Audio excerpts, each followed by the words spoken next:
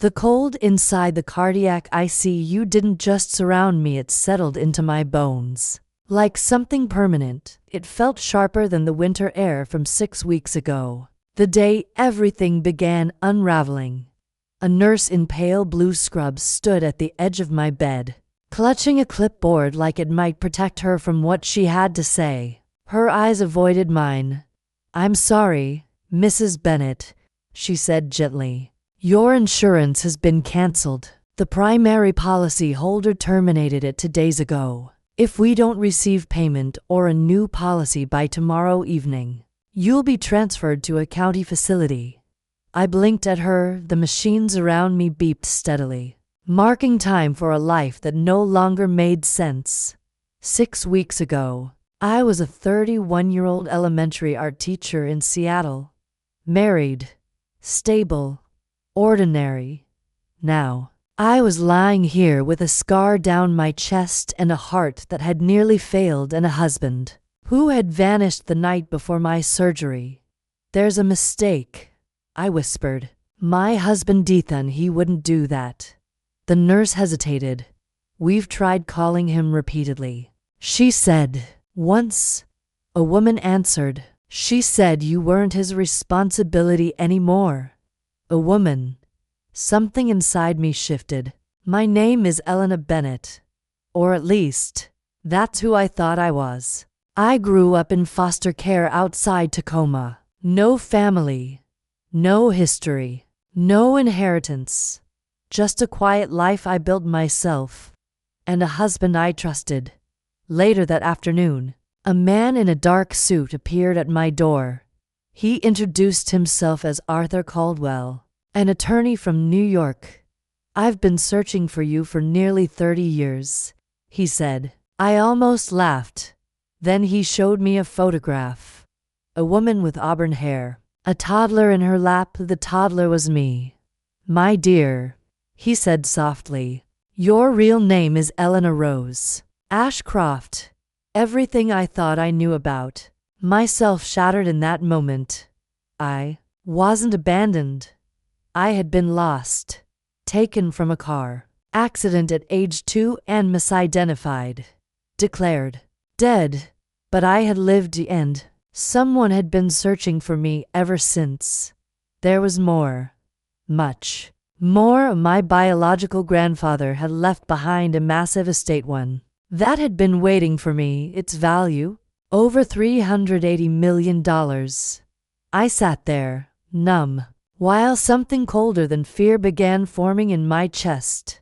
Because suddenly, everything made sense. The headaches, the fatigue, the tea Ethan insisted I drink every night.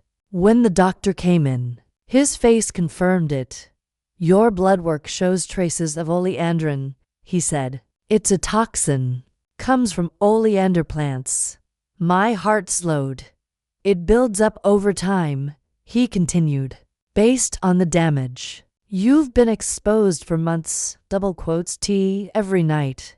I didn't cry. I didn't scream. I simply said, "Call the police." Recovery took months. Real recovery, not the kind stories rush through. I learned how to breathe again, walk again, trust nothing again. Arthur moved me to a private recovery facility, quiet, secure, and there, piece by piece, the truth came together. Ethan hadn't just left, he had planned everything. He drained our savings, he canceled my insurance, ran off with another woman, Leila Grant. He believed I would die quietly in a public ward, forgotten. He didn't know to things. I survived, and I wasn't who he thought I was. With Arthur's help, I started building something stronger than anger. A case. Every receipt, every message, every purchase. The poison traced back to him. The plan became undeniable. By spring, they were arrested. Ethan and Leila, pulled from a luxury apartment they bought with stolen money. He looked confused in the footage, small, like someone who had never imagined consequences. The Trial came later, but before that came something else. My first public appearance as an Ashcroft, a charity gala in Chicago, hosted by the foundation my grandfather built. Hundreds attended, executives, media, influential names, including the insurance company that had denied my coverage, including the executive who signed off on it. I stood at the podium, calm, elegant, relive, and I thanked them publicly, specifically by name. Then I announced an internal audit, a restructuring, and a new hospital wing dedicated to cardiac care. Their expressions shifted in real time because they finally understood they had tried to erase the wrong woman. Ethan was convicted later that year. Attempted murder, 20 years. Leila received 15. I didn't attend sentencing. I sent a letter instead. One line mattered most. You tried to take everything from me, but you never owned what made me strong.